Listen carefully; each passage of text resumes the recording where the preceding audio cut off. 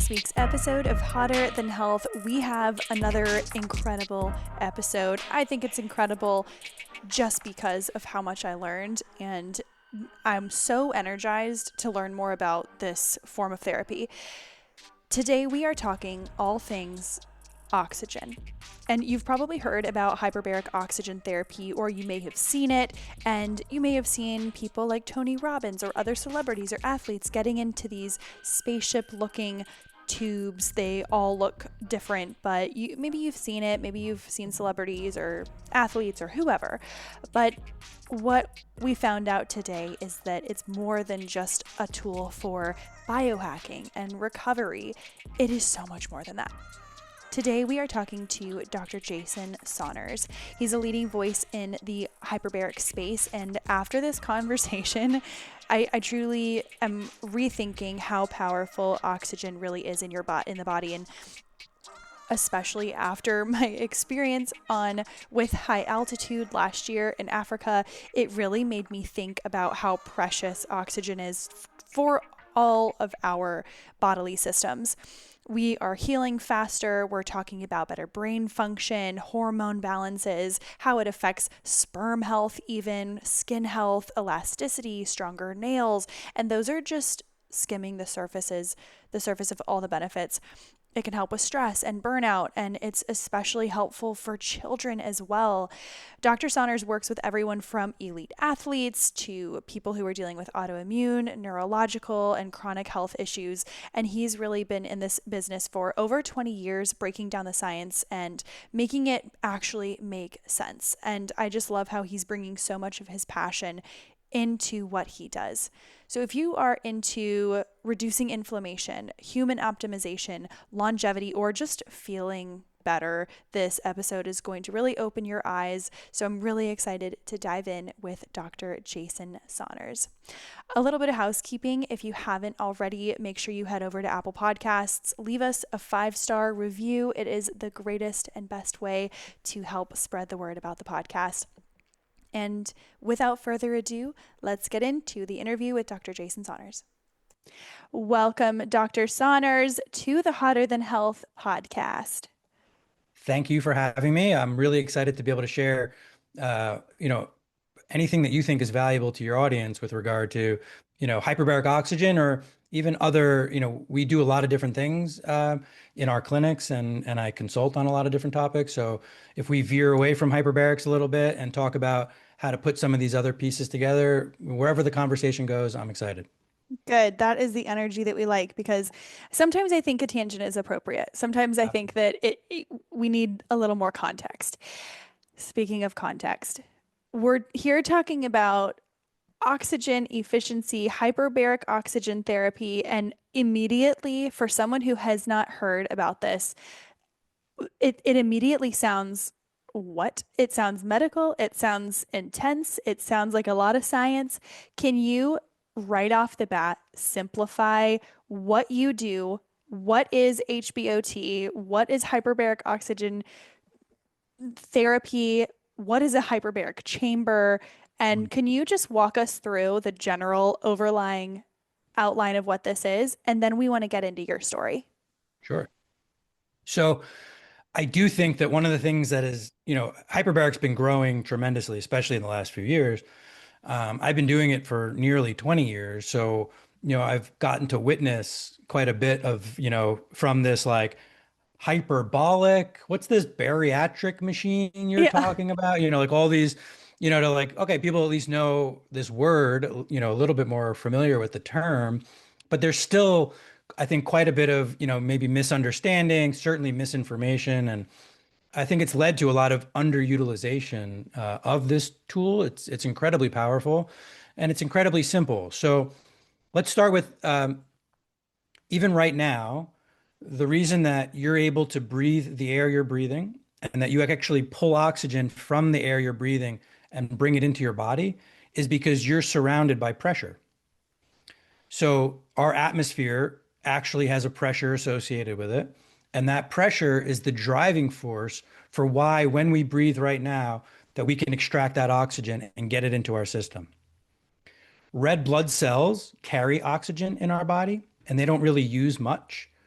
but they're delivering oxygen to all the other cells and tissues that actually use oxygen for energy production. And so without oxygen, I'm sure we can go days and weeks and even months without food. Hmm. We can go days without water, but we can't even go minutes without oxygen, right? So oxygen is a critical molecule that every cell needs, and we need to replenish that oxygen every minute of every day, even just for you and I to sit here having this conversation.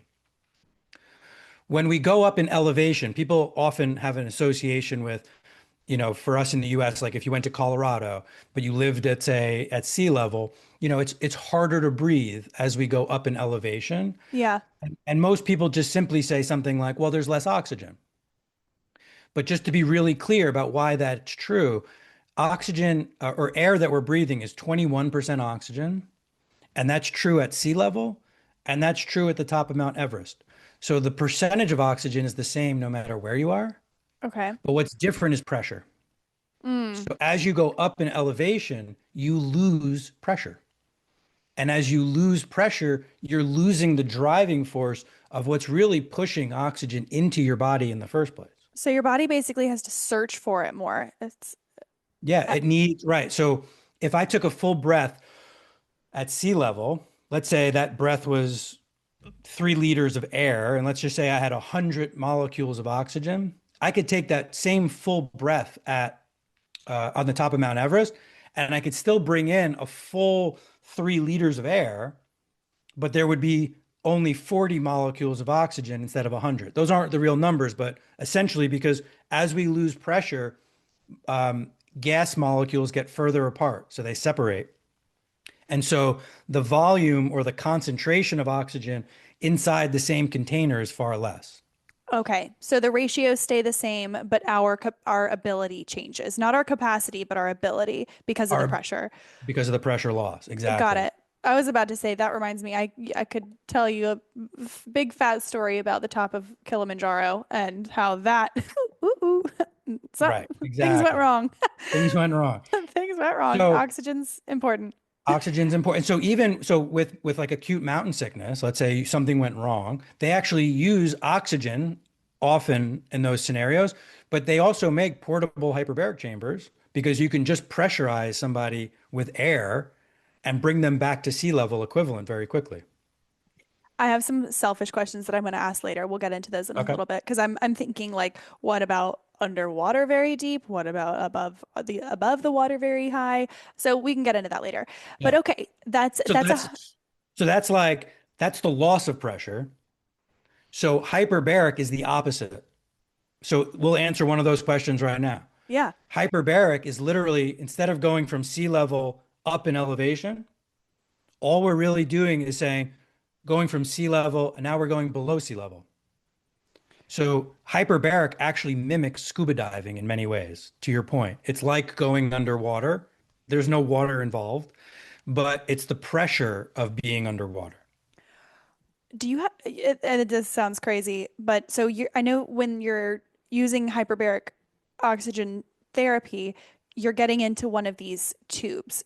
You're Right. not your ears aren't popping. You're not They anything like are. that. Oh, they Oh yeah, are. yeah, yeah. Oh, I So do want to say or ask, I don't, can you walk us through what the actual process is of using a hyperbaric oxygen therapy yeah, ta chamber? chamber, yeah. So no matter where you happen to be elevation wise, you climb into a device, a tube, a cylinder of some kind. Your whole body has to be inside because it does get pressurized. And yes, for the first few 5, 6 minutes, your ears pop. You have to equalize your ears. It's kind of like an airplane from that experience. Um, But can you stop it if you can't equalize? What if you have a sinus and 100%, pressure? right. Okay, okay. Yeah. So like we can control the speed, the depth, the duration, like all of that is very, and a lot of people like on their first session in our offices, we go very slow for the first session or even the first few sessions until somebody understands the process, feels a lot more comfortable, understands the journey. Like to me, it's all about having a safe and comfortable experience, at least for the Sure. first few. And then once somebody gets in that rhythm, we can go deeper if we need to or not. It's this is not a more is better situation, quite Okay. honestly. So, and just to give you an idea of speed, like one of our lowest settings would be the equivalent of like 10 feet of water equivalent. Okay. So imagine you're at like the deep end of a pool and you're floating at the top of the pool. We would take like 6 or 7 minutes just to go 10 feet under, right? So Okay. it's a very, very slow journey. And that just gives people enough time to just like understand, do their yawn, their swallow, their pinch and blow, whatever the mechanism is for them to equalize. And then, but once you're at pressure, first of all, it's very comfortable. You're typically on a nice comfy mattress. You have a pillow. You're just laying down, and most people take a nap at some point, throughout the journey. So it should be very easy. It should be very comfortable. And outside of the first few minutes where you getting the pressure, let's say you stay for an hour, the whole rest of the time you're in there, you would have no idea you're under pressure. You don't feel pressure on your Yes. arms or your legs. You don't feel pressure on your head or your lungs. It's not easier to Like when you're breathe swimming or harder underwater, to unless breathe. your ears hurt, you don't notice it at all. Right. You wouldn't know that right. Exact same concept. Amazing. When the session is over and we bring you back up to the surface, you feel that same sensation again. But that time it almost equalizes itself. There's very little we need to do to like make it happen. But on the first side, when you're going down, you actually have to equalize in order to, keep that pressure comfortable. Amazing.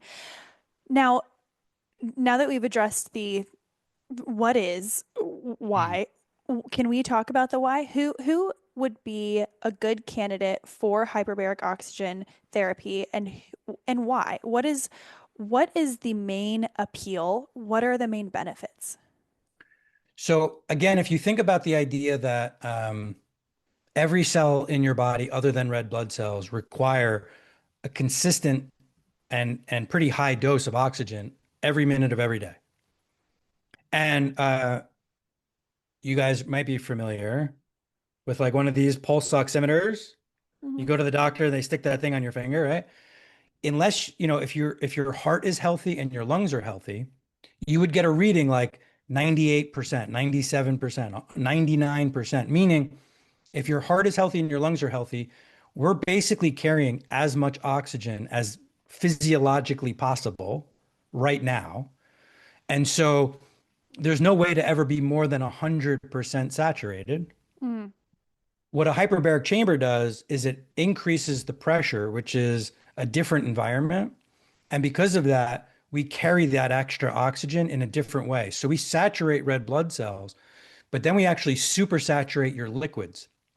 So the plasma of your blood, your lymphatic system, Oh, we're 75% water, right? So all this liquid that's in our body becomes super saturated with oxygen in a way that would be impossible without that extra pressure. So it's really that wow. pressure that makes this whole thing even obtainable. So to answer your question, is it possible? I give this example a lot. Imagine we treat a lot of brain injury. We treat a lot of post-surgical recovery, things like this. What Could type you, of brain injury? Sorry. like Like, TBI, concussion, okay. yeah, any of that kind of post-stroke people, it's not that this is a direct treatment for any of that, but could you imagine that if I had an injury anywhere in my body, I probably have broken blood vessels, I probably have inflammation, right? I have a whole series of events that are happening in my body that even though the pulse oximeter says I'm 100% saturated, that there's an area in my body, let's say in my brain, that might be hypoxic because of a blockage of blood flow.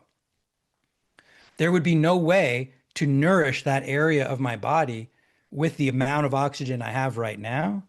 But going into a chamber where now my fluids are becoming saturated with oxygen, I can now get oxygen that would have been impossible to get to that place, all of a sudden possible.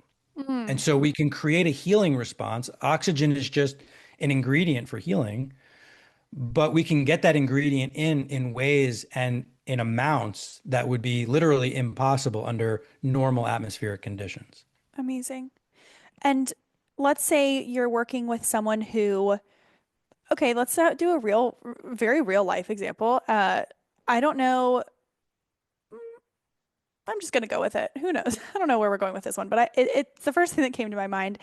Sure. I have a few friends who recently got boob jobs. They are really also athletes and they want to get back to work ASAP. It's like their career is being an athlete. What about uh, what about going into a hyperbaric oxygen therapy center would help improve the time under Sure. healing? So how would that actually help? Like what is going on that would allow them to heal faster, or would it help them heal faster? So yeah, so let's start with, can somebody with implants go in a chamber? That was why I was like, should I go here? So the answer to that is yes. And so solids and fluids are non-compressible. In other words, that's why you don't feel pressure on your arms and legs. That's why you don't feel pressure on your brain. Those are all solid or fluid filled. And so pressure, you can't compress that. The only thing that can get compressed is air spaces. So like your inner ear or your middle ear are air spaces. That's why you feel or could feel that pressure in your ears. If for some reason implants were filled with air instead of a silicone then that would be a huge problem. But Oh my because God.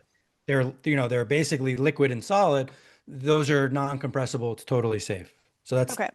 that's the first part, which is a question I Uh, get a lot. So it's let's actually just a cover very that. new fear. If like some Yeah. doctor, I'm just picturing Saw filling up a boob job with air, and And then going into a chamber new and fear. compressing. Sorry, didn't mean to New put fear that out there. unlocked. Ugh. So, but now let's talk about the recovery. Regardless of what kind of surgery there is, we have incisions, right? We have so cut tissue, muscle, certainly broken blood vessels. Again, a whole inflammatory cascade. So oxygen is necessary. Anytime you get a cut of any kind, oxygen, we say it's an oxygen gradient. In other words, the oxygen in your capillary needs to be more abundant than the oxygen at the wound. And as long as you have this gradient, this pressure gradient, it pushes the oxygen towards the injury, and that will stimulate proliferation or growth factors, like all the biochemistry necessary for repair of damaged tissue. That whole process starts with an oxygen gradient. And when you cut capillaries, you lose the oxygen. And so you have to have sufficient oxygen to those areas in order to heal. The worst case scenario would be like necrosis. That would be like when tissue starts turning black and is dying. That's because the oxygen gradient wasn't sufficient. The wound couldn't continue that healing process, and now those tissues are dying. Mm. So the more oxygen you can get to that wound or to the edges of that wound, the faster you can stimulate all of those growth factors and repair factors, the faster you can stimulate healing. Even so much as if we know someone's getting a surgery and it's planned, this would be an example. Like that's not an emergency surgery. Like we had this on the calendar. You can even pre-treat those tissues. So Hmm. you can do 5 or 6 hours of hyperbarics before your surgery, which means you've actually already stimulated like a body-wide healing process before the first incision was even made, which actually makes the recovery even faster than treating it afterwards. In other words, if I could only treat somebody before or after, I had to make that choice, I would actually choose to treat them before. Wow. That's how powerful that is. But certainly a lot of people don't even realize or think of it until after. It's still incredibly powerful after, but before is even more when that's a possibility. You're really passionate about this. You can see it in your you can see it just on your face. I can feel it in your bones. How how are you here right now? What is your story uh of getting involved in HBOT? So again, this goes back almost 20 years. But I was practicing. I was like full-time practicing with patients. I was a chiropractor. And I was also, my wife and I had our first house and I was renovating the house. And so nights and weekends, I was like doing bathrooms and kitchens and I was putting a new roof on our house and I was carrying a bunch of shingles up and down a ladder. And at one point, it was like it was middle of December in New Jersey, so it was cold. But I threw some shingles on the roof and I blew a disc in my back. And I Oof. had obviously a tremendous amount of pain. I got some nerve damage, which affected my right foot. And my wife's a chiropractor too, so she was treating me. My background before that was exercise physiology and nutrition. Like I'm like doing all the things for like reducing inflammation, doing all my rehab. I'm getting treated, acupuncture. All the back issues got better pretty quickly. I'd say about 2.5 weeks. But I was still left with nerve damage in my right foot. And about a year and a half later, still had that same issue, like drop foot, essentially is what it's called. But I had very limited muscular use of my right leg. Wow. And I happened to be at a big conference where they had, vendors of all different kinds. And there was a guy there with a hyperbaric chamber. I had no idea what it was, or it just looked cool. And they were doing sessions. I was like, oh, I want to try that. I had no intention that it would actually help or even think that it might. I did about a 30-minute session. It was interesting. My ears popped. Great. I got out. I started walking around. And about 20 minutes later, I started getting pins and needles in my right foot. And that was the first time I felt my foot in like 18 months. And all of a Wow. sudden, I was like, whoa, am I feeling that because of that thing I just did? And the guy's like, oh, yeah, no, that's what it does. I'm like, yeah, says the salesman who's trying to get me to buy Sure one of these. thing. Of course it does. You Right. put like menthol in my shoe, something. Exactly. Yeah. Yeah. So anyway, so he agreed to do a bunch. So we did a bunch of sessions over the next 4 or 5 days. And I left there with about 10% recovery in my foot. So I did buy a chamber because that was the first thing that moved the needle for me in all of that time. I treated myself for a few months. Never thought I would use it in practice or use it, for anybody. I just thought, and I got full function. I've never had a problem in that area ever again. And so at that point, I was like, I've been in practice. I've been treating people for disc injuries. I've been treating neuropathy and nerve damage. How did I never hear about this thing? It's like, how is that a secret? And so I just started looking into the research. It seemed interesting to me. And then I started experimenting on a few people. And literally, I went from me to my stepdad, who at the time was recently diagnosed with MS. I had no idea what to expect, but I was like, I have nerve issues. He has nerve issues. They couldn't be more different. Mine was traumatic from my back, a disc herniation. Um, his is an autoimmune neurological disease. Like they're very different processes, but I was like, it's still nerve issues. So we did a program with him and it was incredible. Like swelling in his feet went down. He started getting the feeling back in his feet again. He started walking stairs again. His cognition improved, his memory improved. It was like, whoa. And then I was like, this is crazy. And then a friend of Wow. mine's mom had a stroke like 10 years prior. And I'm like, I don't think this is going to help, but man, it helped me. It helped my step. Like, I think it's worth a shot. And we did only about 10 hours. I did months of treatment. My stepdad, we did about 40 hours. Here, I was like, let's just do 10 hours and see what happens. She got her gait back. She got her balance back. She started walking and she couldn't even read because she had double vision. She was able to read again. And I was like, forget it. This is Wow. literally insane. Like, like nerve damage, autoimmune disease, and stroke. Like first three people, all three had incredible results. I'm like, we're missing something major here. And Mm-hmm. then I went like Mm-hmm. way right off the deep end in terms Done. of, Done. yeah. I was And like, I'm in. you it's one thing if you go into it and you really hype it up and you're like, this is gonna work. But if it's another thing when you're like, hey, we're going into this, we're treading lightly, it may or may not do anything, but it can't hurt. But when it Right. actually benefits. Now, let me ask a follow-up question to that. Are there any downsides? So there are very few reasons. So if you cannot equalize your ears, Yeah. period, you can't go. No, you actually That's can't. like You can't. you could really hurt somebody. So that's like number one. Number two would be it's called the pneumothorax. But if you have a popped lung, Mm. you can't go. There's very Because few there's people walking air. around. Right. There's a trapped air that can't be equalized. Got it. Um, that's it in terms of like absolute no. Then But there's like a mostly bunch those of are just conditions. contraindications, not Exactly. okay, okay. Yeah, yeah. But in terms of other risks, like there's oxygen toxicity, Mm. but that's actually so you can get oxygen's critical. We've already talked about that, but you could get too much. But in the ways that we offer it and the protocols that we develop, it's I can't say it's impossible, but it's near impossible to get oxygen toxicity, um, as long as the program and the protocol is well thought through. So like outside of that, there's really very little risk or danger associated. There's other medications and things, but again, those are other contraindications. And it's the same kinds of questions you would ask if you're going to do anything, if you're going to do any other type of therapy, any other type of medicine. But it is interesting because people will be really quick to take a pill and really slow to hop in a tank. Look, I get it. True Like, story. it is a little scary. Can you see outside of the tank? You're not just in it. Yeah, I mean, some There's of them are, glass. there's so many shapes and sizes. Like some Okay, of them okay, are totally see-through. All of them have windows. okay. And people can But hear yeah, you you. can It's not totally see. like you're You just can like knock hear, you could knock. talk to each other. Yeah, yeah, yeah. Okay, okay. These are just, I have to I mean, ask these listen, questions for the almost everybody who comes, when they first see a chamber, their first words are, I don't know if I can do that. I hmm hear that all the time.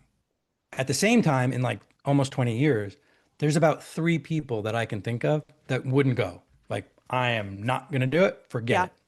Everybody else, even though that's their initial thought, we take our time, we show people slowly, we go at their pace, let them lay down, most people are incredibly surprised actually how comfortable it is, how roomy most of them are, how much space they have to move around. Like it's Yeah. actually pretty easy and comfortable. It's just that first, like, Sure. I don't know, but But it's not like you're just pulling people off the streets who don't even think that they need it. It's people that are, hey, maybe I'm struggling with something in there that look, right, this is we're here for help. We are here right, for help. Now, I want to dive back into some of the stories and some of the things that you've seen. Can sure. you look back at a certain moment? I think about chronic illnesses, I think about cancers, I think about hormone issues, and overall living in chronic pain.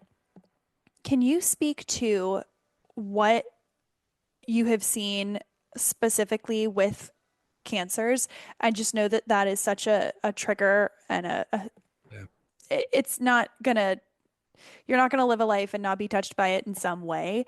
So speaking of chronic diseases, can we talk a little bit about that and what your experience has been with that? So yeah, let me say this first. Um, we don't we don't specialize in my clinics. We don't specialize in any particular issue or condition or Sure. person of any kind.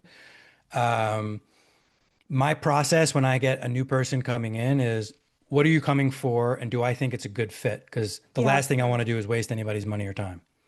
Next is, are there any red flags that would stop you from being able to do this therapy?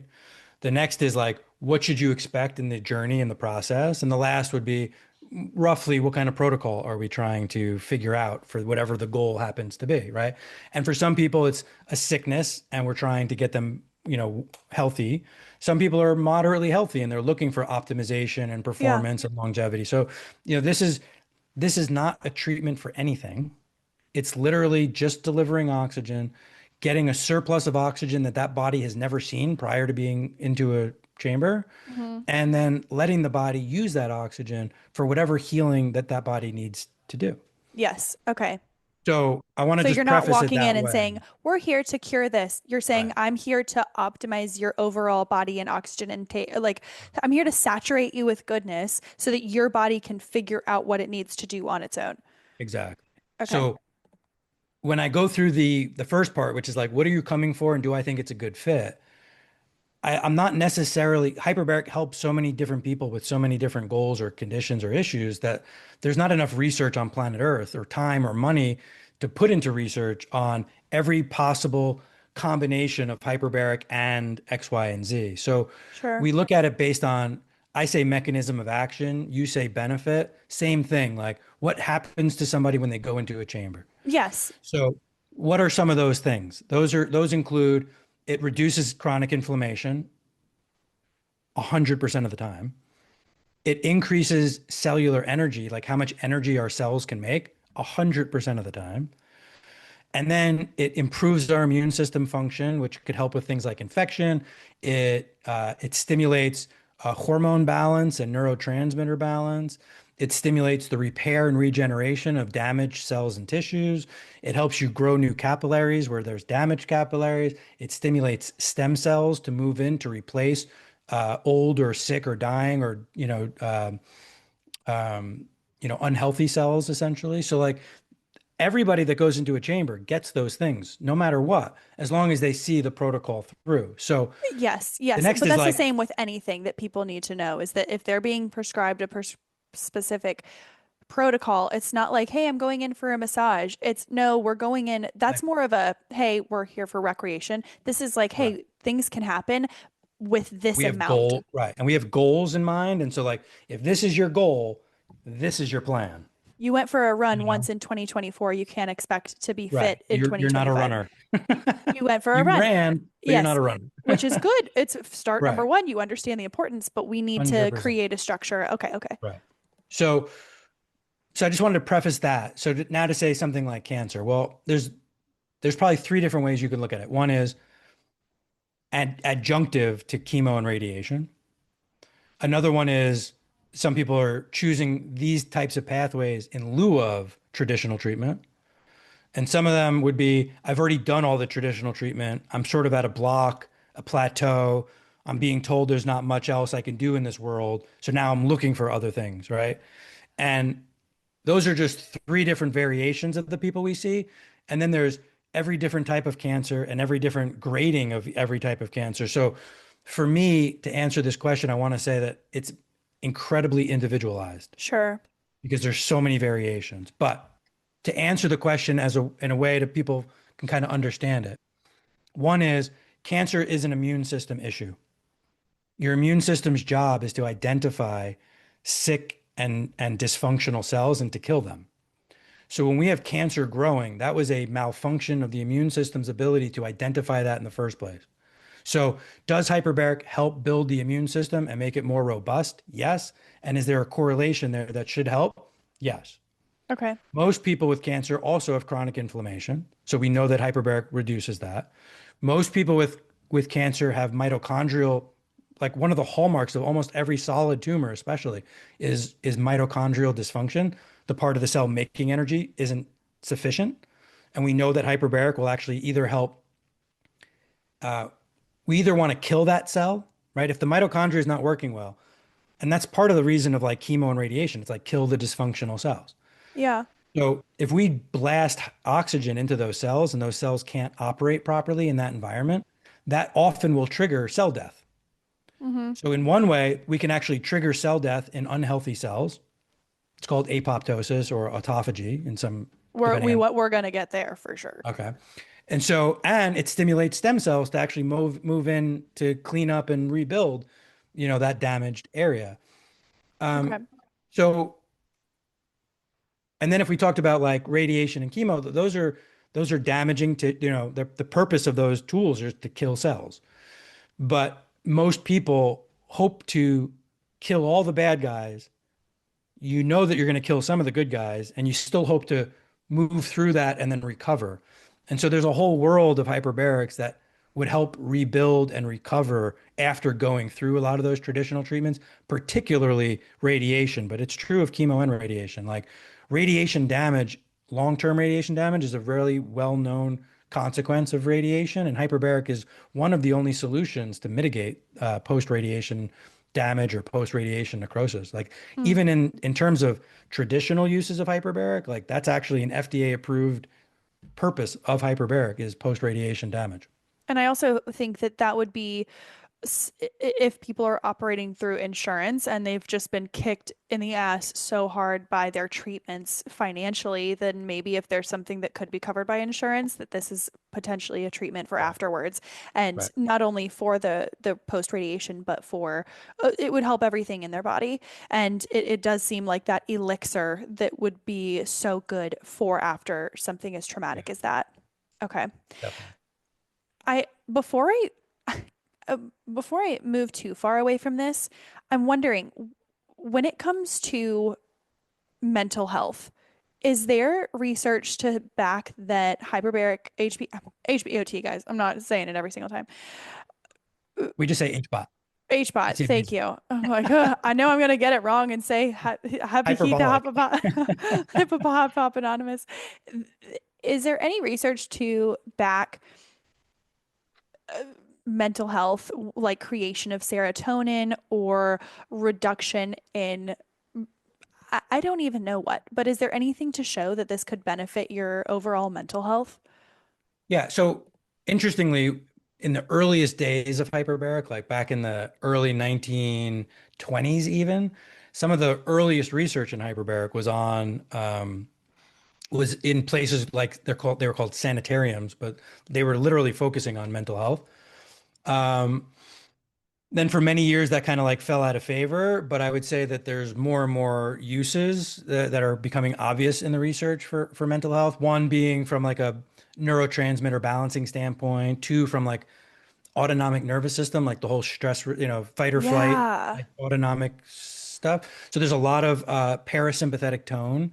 So like the whole calming side of the nervous system. So from like an anxiety and depression standpoint, we see some pretty amazing shifts from that standpoint.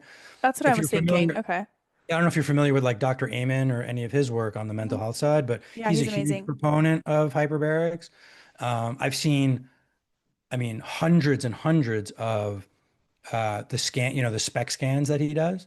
Mm. So like the pre and post spec scans, pre and post hyperbaric and the effect that that has on brain metabolism and therefore, a number of the symptoms associated with poor brain metabolism. Yeah, so that there's a huge world of that's very active and growing as we speak. That's so good. I love to hear that. I think it's really important to discuss not just like this isn't just a hey, we're biohacking. It's hey, if you are struggling with essentially anything, this could be a really good route.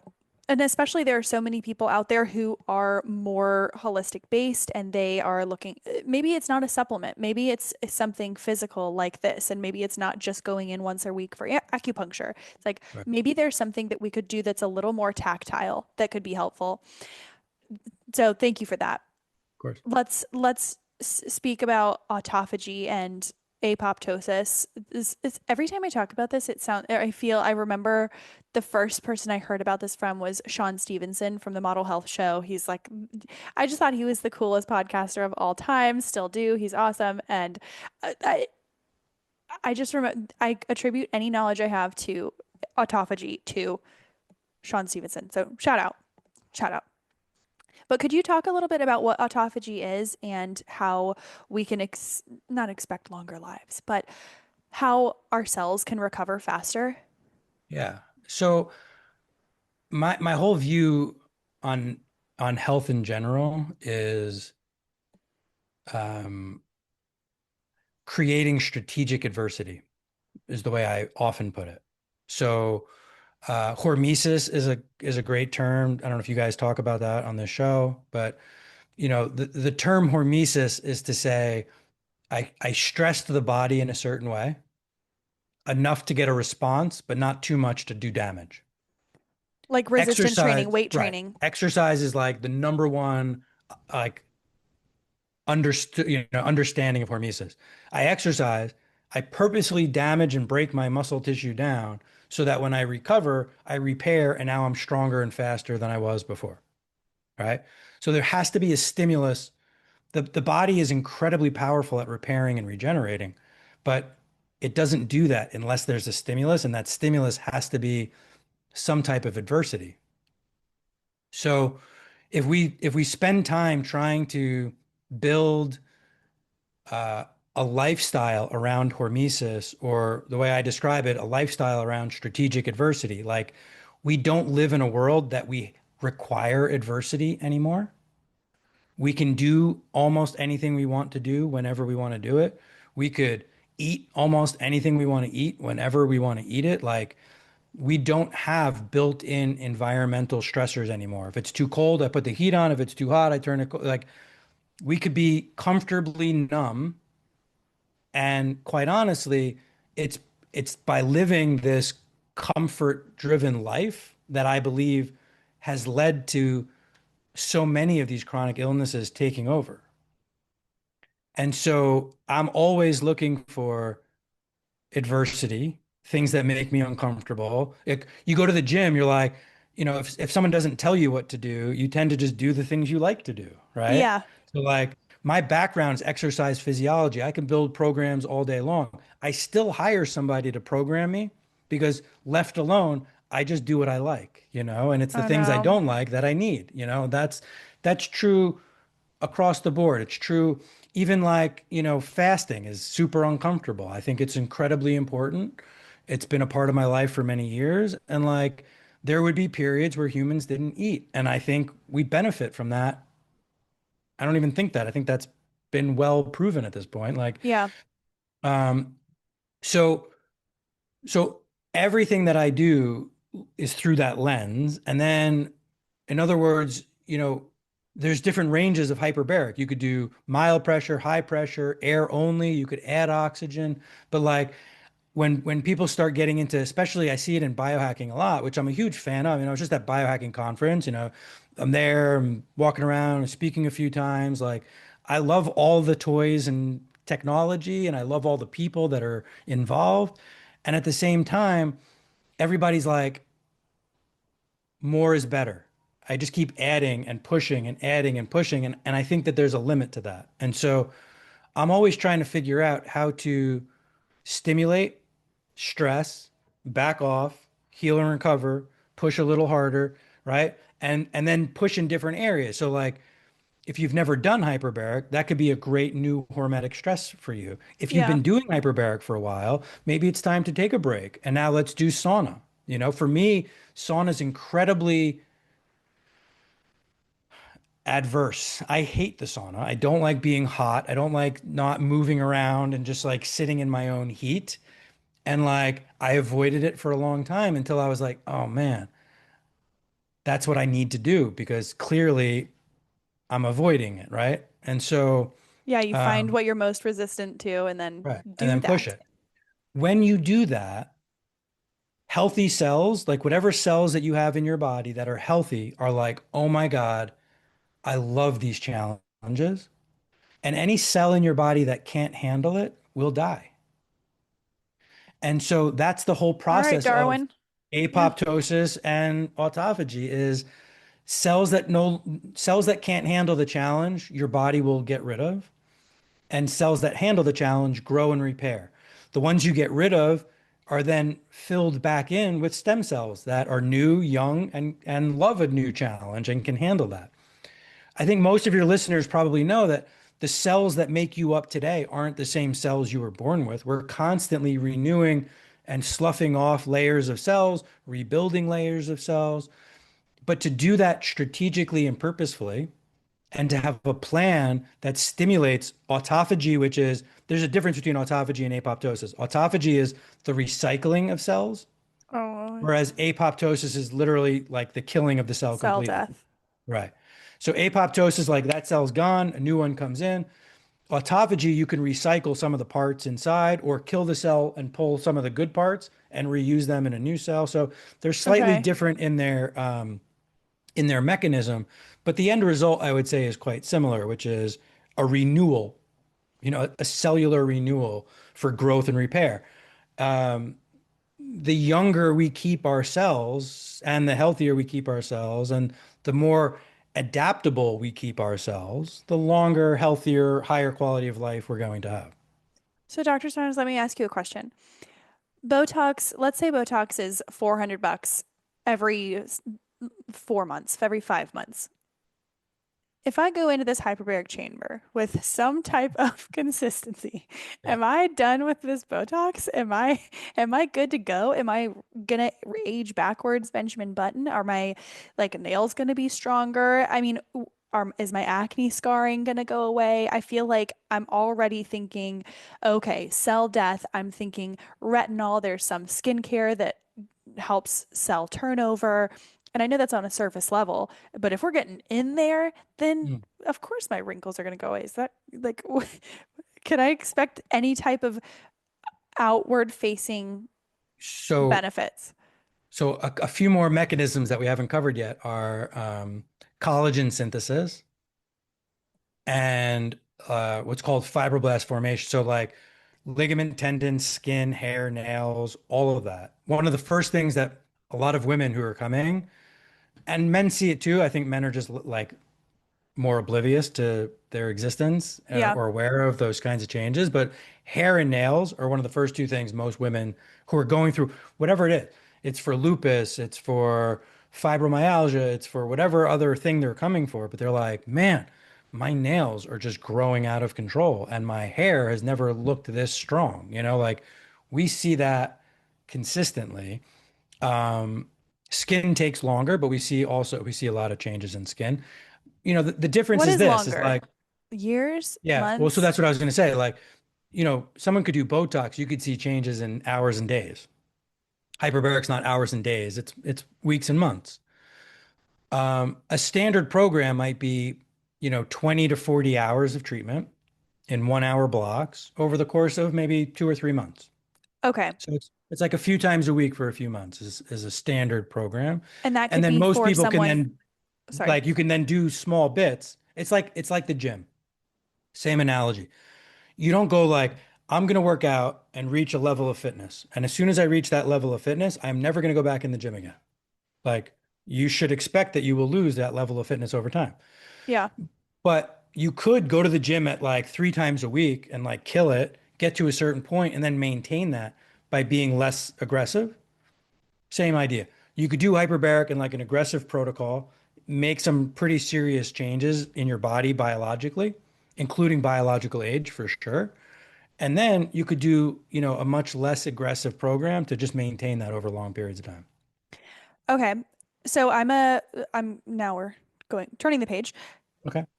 A lot of female listeners. Let's say that someone is struggling with fertility. And I know you're, again, not a number one, you're not here to fix fertility. You're here to work on the overall human body with what you're doing. Is it, can someone who is pregnant, trying to get pregnant, or has just been pregnant, someone who's going through IVF, what are some of those protocols? Could it be helpful? Could it be less helpful? So I'll start that one Or with, dudes with sperm. You could talk about that too. yeah, dudes have sperm. You're Um, right, but I'm just kidding. Um, I'm gonna make that the sound bite for today, for this episode. so my mal, so my malpractice insurance in my clinic would say that I can't treat someone pregnant.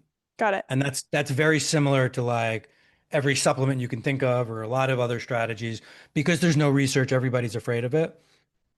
At the same time, I could tell you that my wife used our chamber throughout all three of our kids' pregnancies. It's not something that scares me or thinks I don't think it's dangerous or wrong or bad. The question is, what are we using it for? What pressure? Again, I Yeah, wouldn't go you're to not really high maxing out. pressures and be super aggressive, but a little bump in oxygen during a time where you're probably already anemic, right? Like how many women are, that's normal for me even without pregnancy, Sure, let iron alone deficient, like, everything. right. And so, the main consequences of anemia is low oxygen delivery essentially. And so hyperbaric certainly fills that void very easily. Um, on the fertility side, there's actually quite a bit of research on hyperbaric infertility. On the male side, it improves sperm count, it improves sperm motility. It also reduces what's called sperm defragmentation, where the DNA is damaged.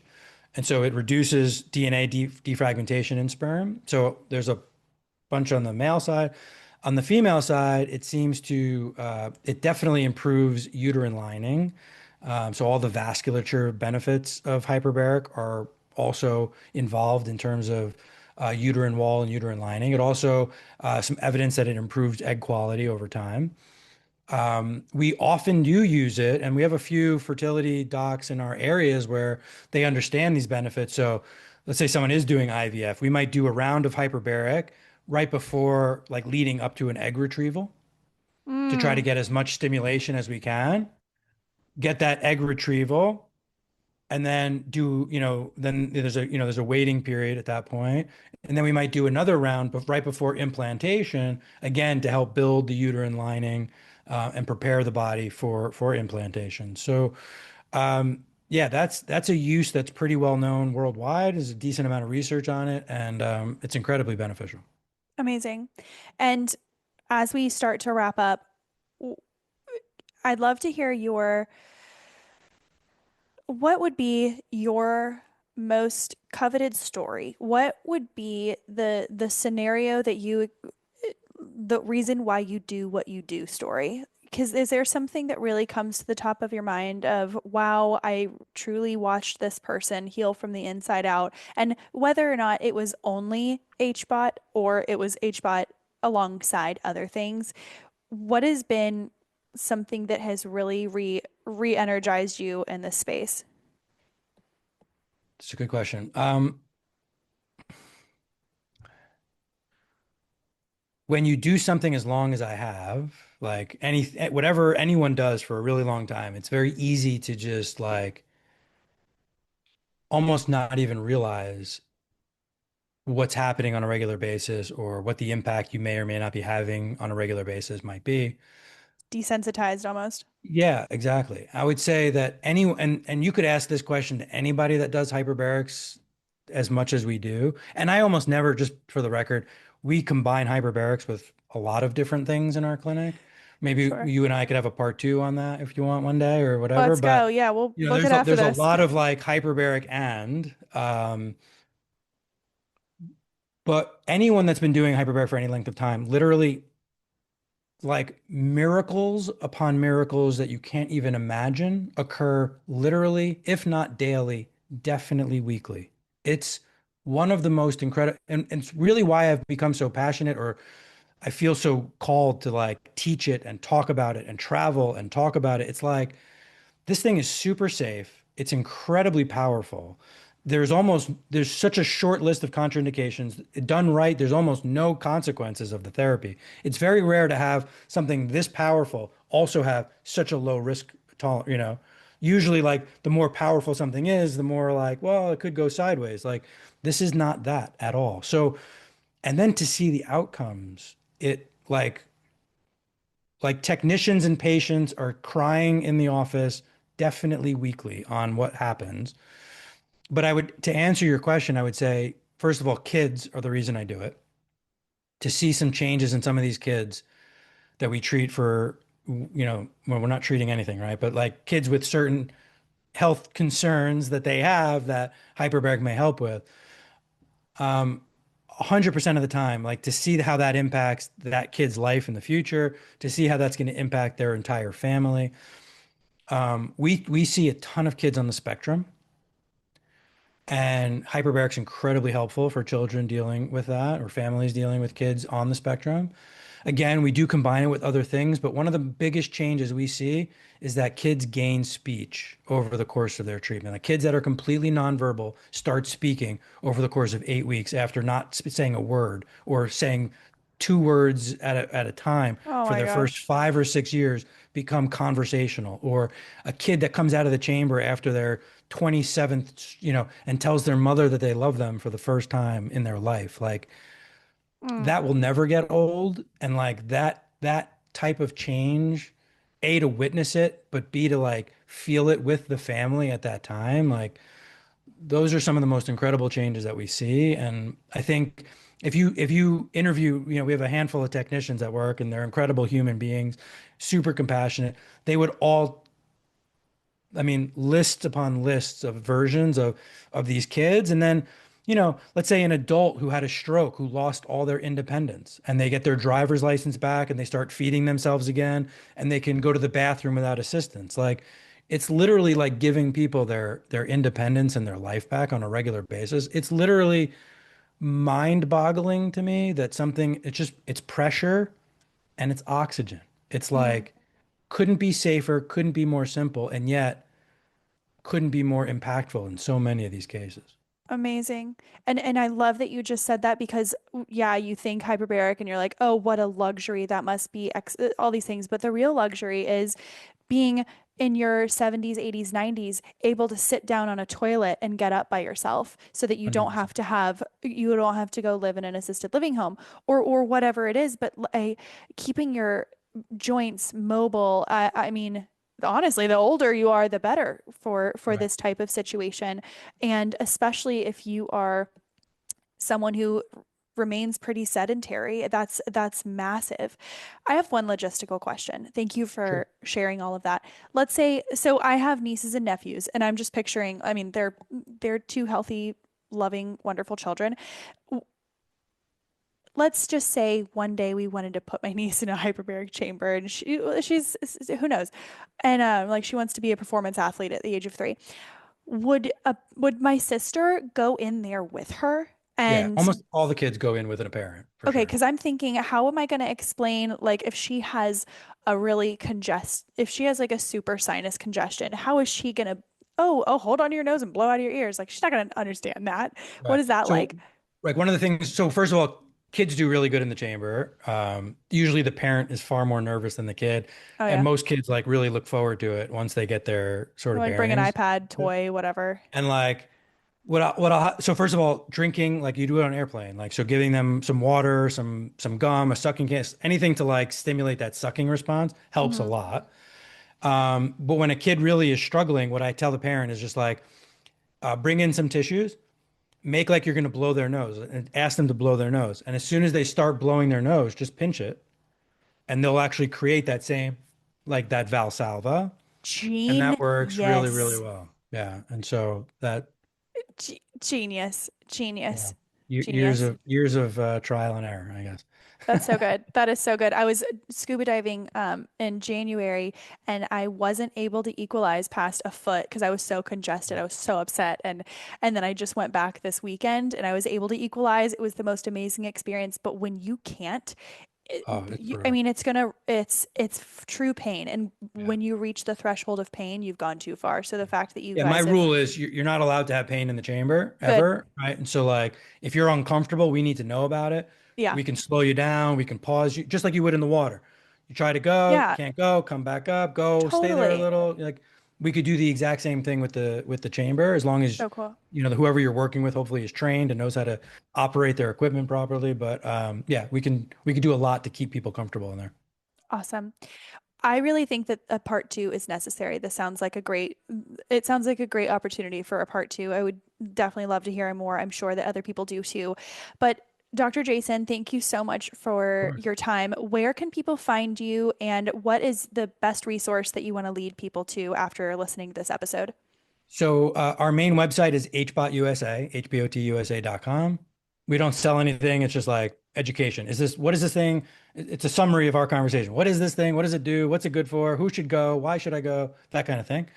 I have a YouTube channel, also HBOT USA. I have like 600 and some odd videos in like 10-minute increments of like They're hyperbaric for good. this, hyperbaric for that. Like you name it, I've probably made that video. And if I haven't, leave me a comment and I'll make a video on it. So those two probably, there's a tremendous amount of, I think, information there to really wrap your head further around the conversation. Mostly what I do now is I teach it. So I teach hyperbarics. I help people open clinics. I consult for a lot of clinics, building hyperbaric into their office or building multimodality, protocols to best, address different concerns and stuff like that. So, but if anyone goes to any of those resources and they see, contact us. I see all of those emails also. Feel free to ask us questions. I'm really just trying to get the information out, make sure people who need it know that they have access to it, and then to help people make sure they're getting, proper equipment, proper access, and good safe protocols. Well, thank you so much, and I'm inspired. I absolutely am, and that might be my next venture. That's your Maybe no next more thing. Botox for me, and maybe just hyperbarics Let's do a round of hyperbaric and see how that goes. for sure. Well, thank you so much, and You're enjoy welcome. the rest of your day. We'll talk to you soon. Thank you.